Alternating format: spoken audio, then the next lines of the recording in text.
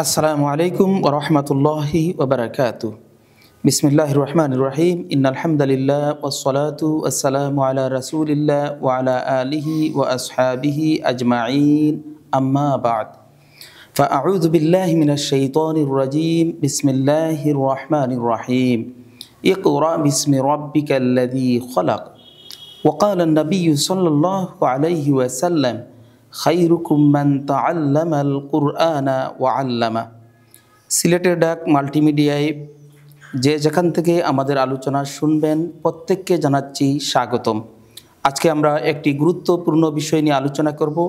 আলোচনার জন্য আমরা আমন্ত্রণ জানিয়েছি বিশিষ্ট ইসলামী চিন্তাবিদ, লেখক, গবেষক, ঢাকা বিশ্ববিদ্যালয়ের ইসলামিক স্টাডিজ বিভাগের সম্মানিত শিক্ষক জনাব মুস্তফা মঞ্জুর হাফিজাহুল্লাহ। স্যার, আপনাকে আমাদের আজকের এই আলোচনা অনুষ্ঠানে স্বাগত জানাচ্ছি। হ্যাঁ, আপনাকে ধন্যবাদ। আমরা স্যার প্রথমে আপনার কাছে জানতে চাইব, আল্লাহ তাআলা পবিত্র কোরআন নাজিল করেছেন পবিত্র মাস মাহে রমাদান মাসে। আল্লাহ তাআলা পবিত্র কোরআন ইরশাদ করছেন, ইন্না আনজালনাহু ফি লাইলাতিল কদর। আল্লাহ তাআলা অন্য আয়াতে ইরশাদ করছেন, শাহরু রমাদান আল্লাযী উনজিলা ফীহিল কুরআন। রমাদান হলো এমন মাস যে মাসে কোরআন অবতীর্ণ হয়েছে। পবিত্র কোরআন আল কারীমের প্রথম বাণী সেটা হলো ইকরা বিসমি রাব্বিকাল্লাযী খলাক। এই আয়াতের আলোকে কোরআন শিক্ষা ও ইসলামী শিক্ষার গুরুত্ব ও প্রয়োজনীয়তা সম্পর্কে স্যার যদি আমাদের দর্শক শ্রোতাদের উদ্দেশ্যে একটু আলোকপাত করেন। আলহামদুলিল্লাহ, আসলে আমি বলবো যে খুব সুন্দর একটা কোয়েশ্চেন বা আলোচনার জন্য খুব সুন্দর টপিক। এই জন্য যে আসলে আমাদের সমাজে আমরা অনেক সময় নানান রকমের ভুল ব্যাখ্যা আমরা দেখতে পাই, কিংবা যেটা হচ্ছে যে পূর্ণাঙ্গ কোরআনের যে পূর্ণাঙ্গ ব্যাখ্যা সেটা অনেক সময় আমরা খুঁজে পাই না। তো আমরা জানি যে আল কোরআনের প্রথম আয়াত হচ্ছে ইকরা বিসমি রাব্বিকাল্লাযী খলাক। আল্লাহ তাআলা বলছেন, পড়ো তোমার প্রভুর নামে যিনি সৃষ্টি করেছেন। তো এখানে আমাদের সমাজে দেখবেন আপনি যে আমরা অনেকেই পড়ো পর্যন্ত বলে শেষ করে দিই, ইকরা পড়ো। অথচ এইখানে ইকরা এর পরবর্তী অংশটাও খুব গুরুত্বপূর্ণ, এবং এইটাই কিন্তু আসলে আমাদের প্রমাণ করে কোরআন এবং ইসলাম শিক্ষার গুরুত্ব কতটুকু। জাস্ট একটা আয়াত দিলেই আমি মনে করি যে আসলে যথেষ্ট মুসলিমদের জন্য। আল্লাহ তাআলা বলছেন কি পড়বে, বিসমি রাব্বিক, তোমার প্রভুর নামে, আল্লাযী খলাক, যিনি সৃষ্টি করেছেন। তার মানে পড়ার বিষয়টা আল্লাহ তাআলা বলে দিচ্ছেন আমাদেরকে যে রবকে চেনার বিষয়, যিনি সৃষ্টি করেছেন সেই আল্লাহ তাআলাকে চেনার বিষয়, এই বিষয়টা হচ্ছে পড়ার প্রথম নির্দেশনা। তো এই বিষয়গুলো আসলে কোরআন এবং ইসলাম শিক্ষা ছাড়া শেখার আর কোনো জায়গা সম্ভবত আছে বলে আমার মনে হয় না। তো এই ইসলাম শিক্ষা এবং কোরআনের মূল কাজটাই হচ্ছে যে আল্লাহ তাআলাকে চেনানো, বান্দার সাথে আল্লাহ তাআলার একটা সম্পর্ক তৈরি করে দেয়া। সামনে রমজান মাস আসতেছে, সেটাও কিন্তু মূল উদ্দেশ্য তাকওয়া সৃষ্টি করা, আল্লাহ তাআলার সাথে আল্লাহর ভয় সৃষ্টি করা, আল্লাহর প্রেম সৃষ্টি করা নিজেদের মধ্যে। তো আলটিমেটলি কোরআন যেরকম আসছে, কোরআনের যে নির্দেশনা সেটাও মূলত কোরআন শিক্ষা এবং ইসলাম শিক্ষার ব্যাপারেই মানুষকে উৎসাহিত করে। এবং হাদিসে আপনারা জানেন আল্লাহ রাসূল সাল্লাল্লাহু আলাইহি ওয়াসাল্লাম ফরমাইছেন যে তলাবাল ইলমি ফরিদা আলা কুল্লি মুসলিম, প্রতিটা মুসলিমের জন্য ইলম শিক্ষা করা ফরজ। এটাও কিন্তু সেই ফরজিয়তটাও কিন্তু শুধুমাত্র আল্লাহ তাআলাকে চেনা, হালাল হারাম জানা, এবং যতটুকু না জানলে দিনের উপর চলা সহজ হবে না সেই পরিমাণ ইলম অর্জন করাটা হচ্ছে ফরজ। অতএব আমি মনে করি যে আসলে কোরআনের যে বাণী, কোরআনের যে নির্দেশনা, আল্লাহ তাআলার যে নির্দেশনা, সবগুলাই মূলত ইসলাম শিক্ষা এবং কোরআনী শিক্ষার ব্যাপারেই আসলে আমাদেরকে উৎসাহিত করে থাকে। স্যার অত্যন্ত চমৎকারভাবে বলেছেন যে আমরা মূলত আমাদের মূল যে শ্রেষ্ঠত্ব সেটা কিন্তু শিক্ষার উপরই নির্ভর করে। আল্লাহ তাআলা আদম আলাইহিস সালামকে যখন সৃষ্টি করলেন, ওয়াইদ ক্বালা রাব্বুকা লিল মালাইকাতি ইন্নী জাইলুন ফিল আরদি খলিফা, এরপরে আল্লাহ তাআলা এই আদম আলাইহিস সালামের শ্রেষ্ঠত্ব কীভাবে, ওয়া আল্লামা আদামাল আসমাআ কুল্লাহা। সুতরাং মানব জাতির শ্রেষ্ঠত্ব নির্ভর করে যে তার জ্ঞান অর্জন কতটুকু করেছে, এবং এই জ্ঞানটা তখনই কাজে লাগে যখন তার এই জ্ঞানটা রবের নামে হয়ে থাকে। রবের নামে যদি জ্ঞান না হয় তাহলে এই জ্ঞান দ্বারা দুনিয়াতে যেমন কোনো সমাজের জন্য, দেশের জন্য, রাষ্ট্রের জন্য কল্যাণকর নিয়ে আসে না, কোনো কল্যাণ নিয়ে আসে না, ঠিক তেমনিভাবে আখিরাতেও নাজাতের উসিলা হয় না। স্যার আমরা জানি আপনি দেশের সর্বোচ্চ বিদ্যাপীঠ যেটি প্রাচ্যের অক্সফোর্ড হিসাবে খ্যাত, ঢাকা বিশ্ববিদ্যালয়ের ইসলামিক স্টাডিজ বিভাগের একজন স্বনামধন্য শিক্ষক।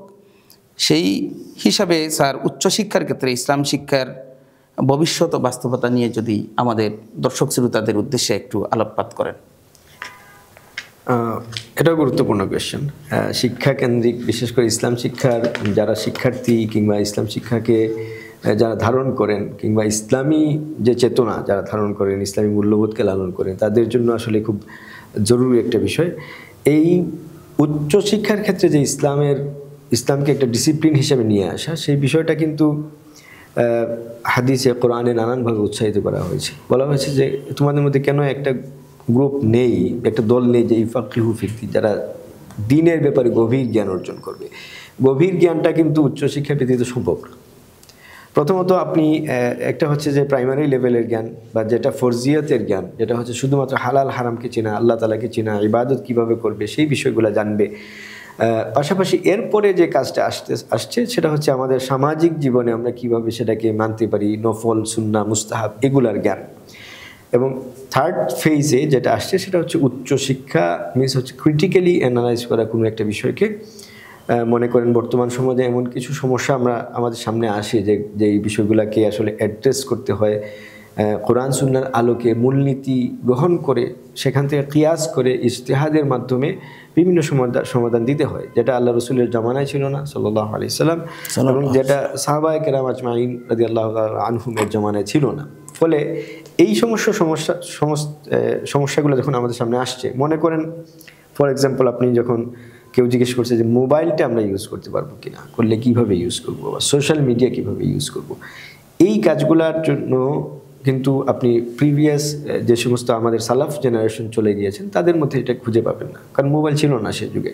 সেটা আমাদের এই একবিংশ শতাব্দীর ব্যবহার এবং আবিষ্কার। ফলে এইটার যখন আমাদেরকে বাস্তব জীবনে এর নির্দেশনা দিতে হয়, তখন রিসার্চের কোনো বিকল্প নেই, আমাদের সেখানে উচ্চশিক্ষার দ্বারস্থ হতে হয় এবং ইসলামের যে সমস্ত কোরআন সুন্নাহ যে সমস্ত মূলনীতিগুলো দেয়া আছে সেগুলোকে অ্যানালাইজ করতে হয়, সেগুলা কোথায় কোন জায়গায় ইমপ্লিমেন্ট করা যাবে, মোবাইলের ডিভাইস ইউজের ক্ষেত্রে সেগুলো কীরকমভাবে কাজ করবে, কিংবা এইরকম যে সমস্ত সমস্যাগুলি আমাদের সামনে আসছে সেই বিষয়গুলা ওই কোরআন সুন্নাহর মূলনীতির আলোকে আমাদের একটা সমাধান দিতে হয়। ফলে আপনি দেখবেন যে উচ্চশিক্ষা একটা গ্রুপ, একটা উম্মার, একটা নেশনের মধ্যে একটা গ্রুপ থাকতেই হবে যারা এই বিষয়গুলো চর্চা করবেন, তারা এই বিষয়গুলো সমাধানগুলো দিবেন। এই উচ্চশিক্ষার ক্ষেত্রে কিন্তু সবার জন্য ফরজ না।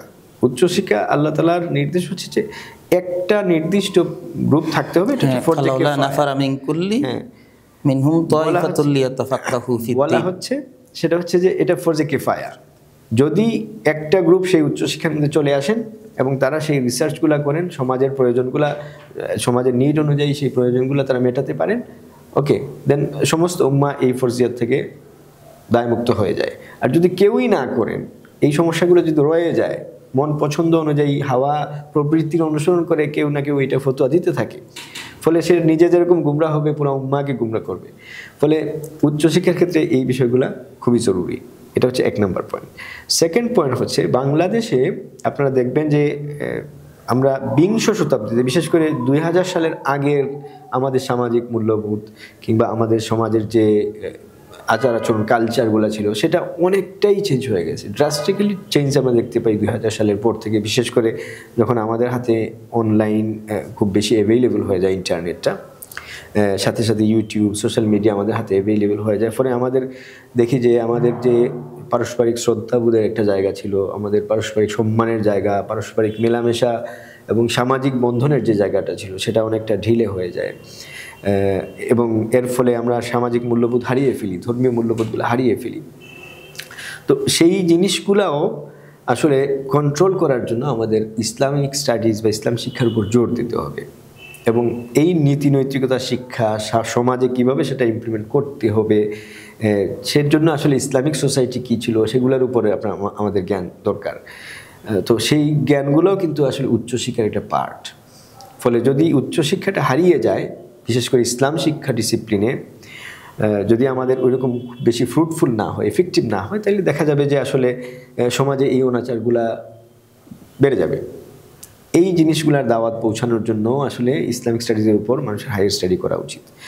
আর থার্ড বা ফাইনাল যে বিষয়টা আমি বলতে চাবো আসলে যে সারা বিশ্বের সাথে কম্পিট করার ক্ষেত্রে এটার কোনো বিকল্প নাই। Islamic studies as a discipline, এটা একটা স্বতন্ত্র সাবজেক্ট, স্বতন্ত্র বিষয়। এর উপরে সারা বিশ্ব জুড়ে নানান রকমের রিসার্চ হচ্ছে।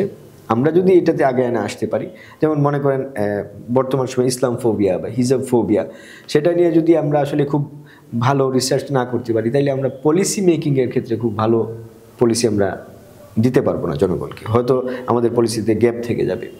তো সেজন্যই পাশ্চাত্যের সাথে কম্পিট করার ক্ষেত্রে, তাদের সাথে বন্ডিংসটা ঠিক করার ক্ষেত্রে, রিলেশনশিপ বানানোর ক্ষেত্রে আমাদেরকে এই সাবজেক্ট ধরেও কিন্তু আগাতে হবে। কারণ বর্তমান বিশ্বে 50টারও বেশি, প্রায় 56টা মুসলিম দেশ আছে। ফলে তাদের কালচার, তারপরে ইসলামের সাথে তাদের যে সম্পর্ক, এই বিষয়গুলোও ক্লিয়ার করার জন্য আমাদের উচ্চশিক্ষার খুবই প্রয়োজন। আমি মনে করি যে যত বেশি মানুষ ইসলামিক স্টাডিজ বা ইসলাম শিক্ষা নিয়ে উচ্চশিক্ষায় আসবে, রিসার্চের কাজে আসবে, তত বেশি আমাদের সামাজিক ধর্মীয় মূল্যবোধগুলোর চেতনা জাগ্রত হবে এবং সারা বিশ্বের বিভিন্ন জায়গায় আমাদের কোলাবোরেশন বৃদ্ধি পাবে। আমরা আশা করব যে এর মাধ্যমে আমরা একটা সুন্দর এবং শান্তিময় সমাজ প্রতিষ্ঠা করতে পারব। স্যার, আপনাকে আমি আরেকটা প্রশ্ন করতে চাই। জুলাই বিপ্লব পরবর্তী বর্তমান বাস্তবতায় আল কোরআন শিক্ষা তথা ইসলাম শিক্ষার প্রচার ও প্রসারে কী কী পদক্ষেপ নেওয়া যেতে পারে?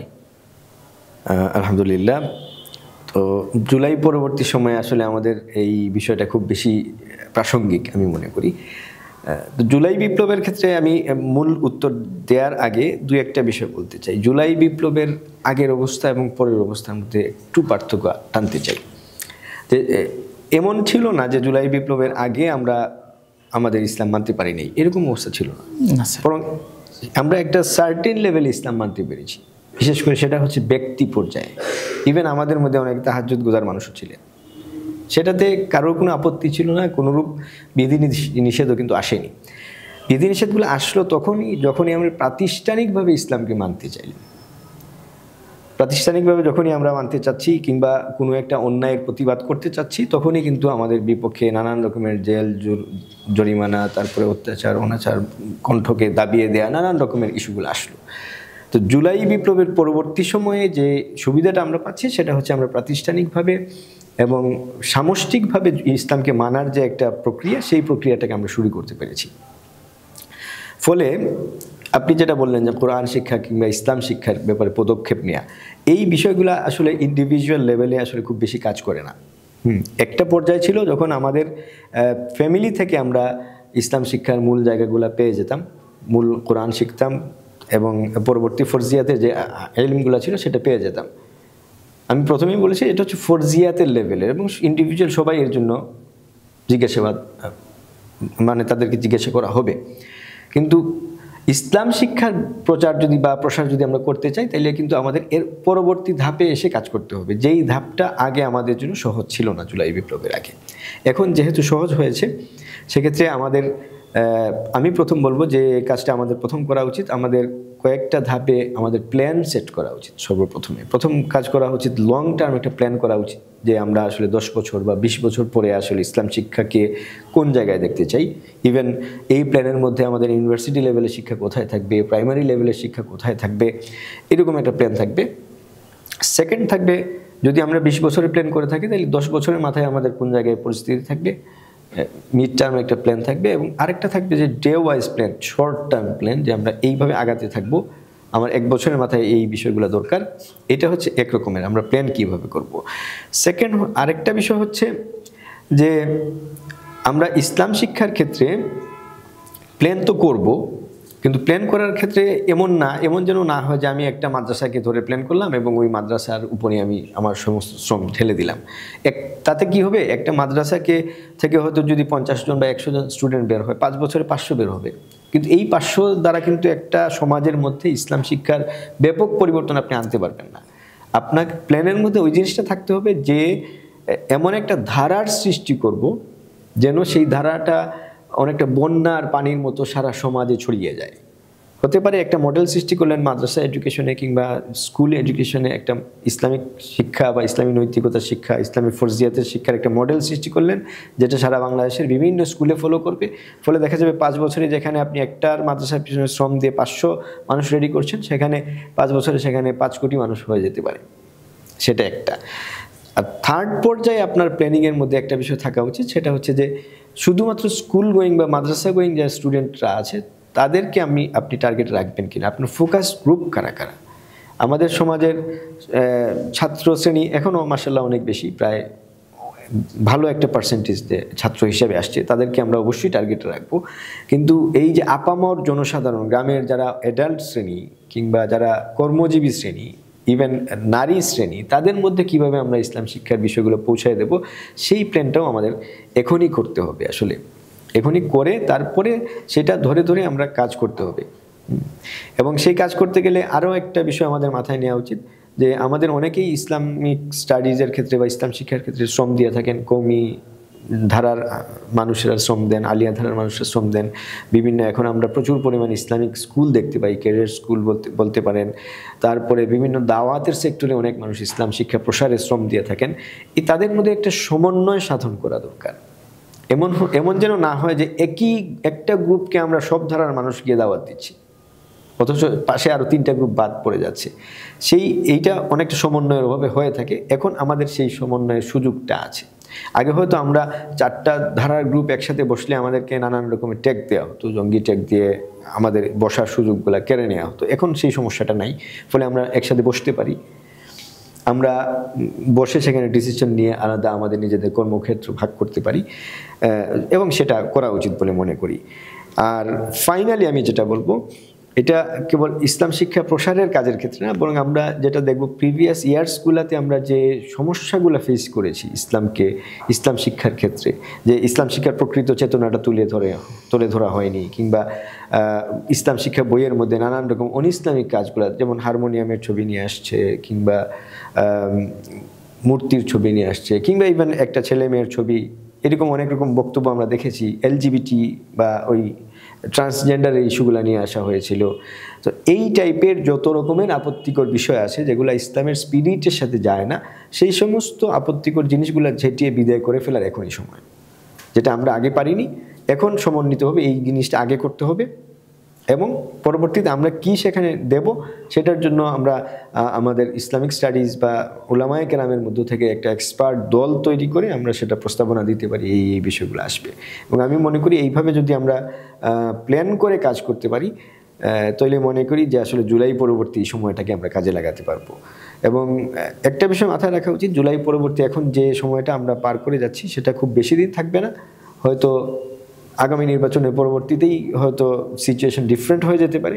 ফলে এই সময়টুকু নির্বাচনের আগের অবস্থানেই আসলে আমাদের উলামায়ে কেরাম, আমাদের যে সমস্ত ধর্মপ্রাণ মানুষগণ আছেন বাংলাদেশে, সবাই মিলে আসলে ইসলাম শিক্ষা এবং কোরআনী শিক্ষার জন্য ব্যাপকভাবে কাজ করা উচিত, যেন আসলে আমাদের সমাজের যে নৈতিকতা হারিয়ে যেতে বসেছে সেই নৈতিকতা আবার ফিরে আসে, আমাদের সামাজিক মূল্যবোধ রক্ষা পায়, এবং যে বাংলাদেশে আমরা অসাম্প্রদায়িকভাবে সুখে শান্তিতে সবাই মিলে বসবাস করেছিলাম, সেই রকম একটা বাংলাদেশ আবারও আমাদের সামনে আসে, যেখানে আমাদের মধ্যে কোনো হিংসা দেশ থাকবে না, থাকবে নৈতিকতার চর্চা, থাকবে মূল্যবোধের চর্চা।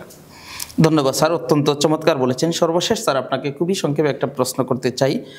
বাংলাদেশে অনেকগুলো পাবলিক বিশ্ববিদ্যালয়, আপনি দেশের সর্বোচ্চ বিদ্যাপীঠে আপনি শিক্ষকতা করছেন, পড়াশোনা করেছেন।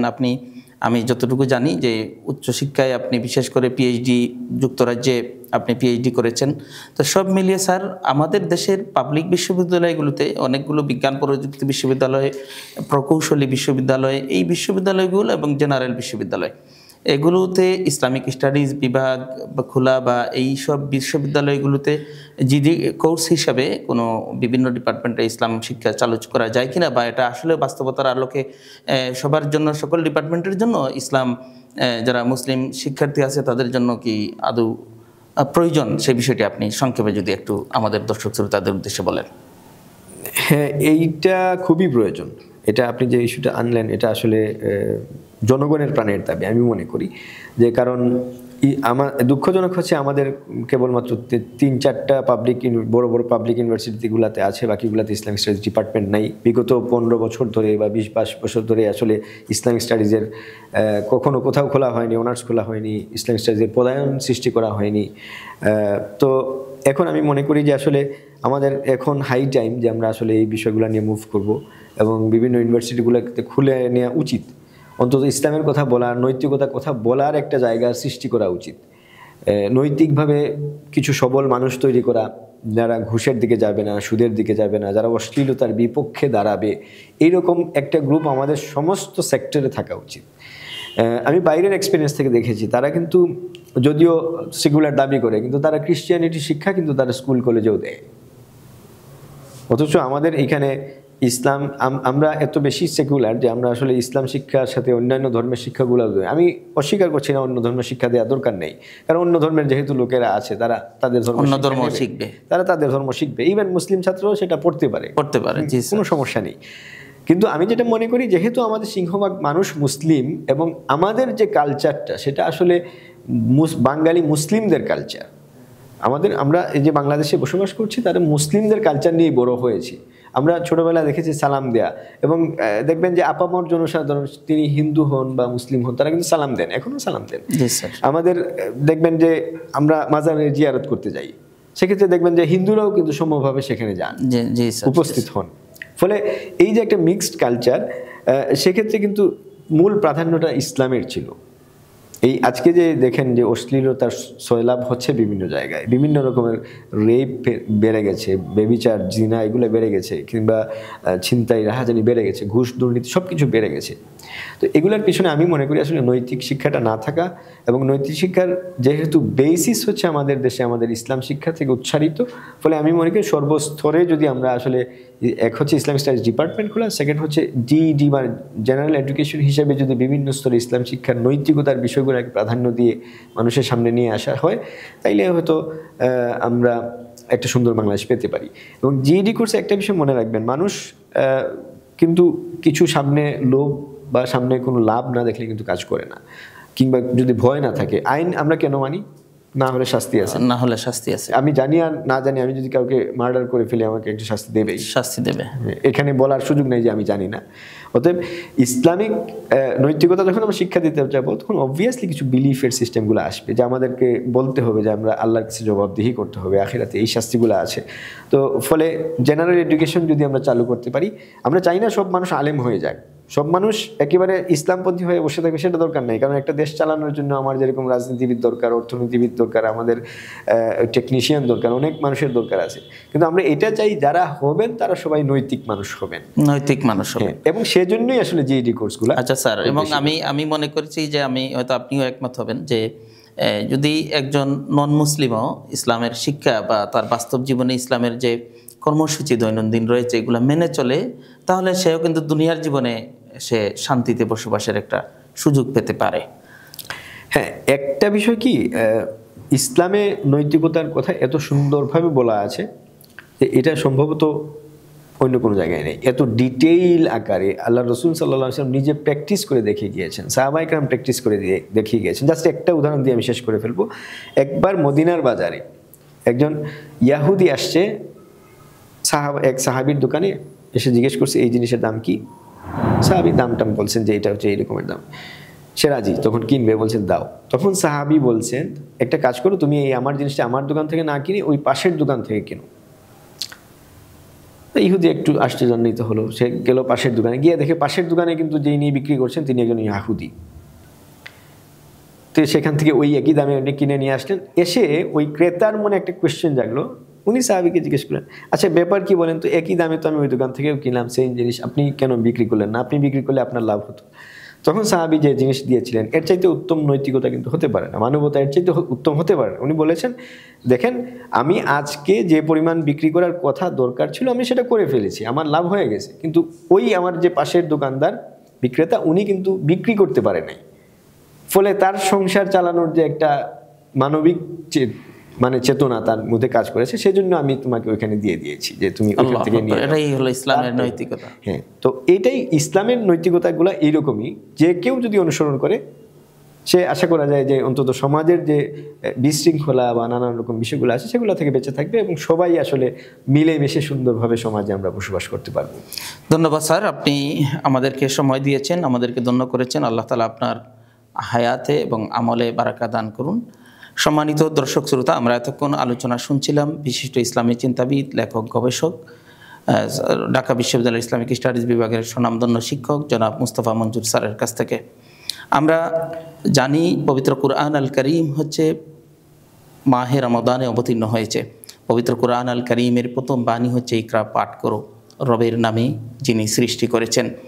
সেই হিসাবে এই রমাদানকে কেন্দ্র করে আমাদের উচিত হবে আমরা কোরআন শিক্ষার প্রতি মনোযোগী হব এবং ইসলামের শিক্ষাকে এদের জীবনে বাস্তবায়িত করার চেষ্টা করব। আমরা জানব, বুঝব, সে অনুযায়ী আমল করব।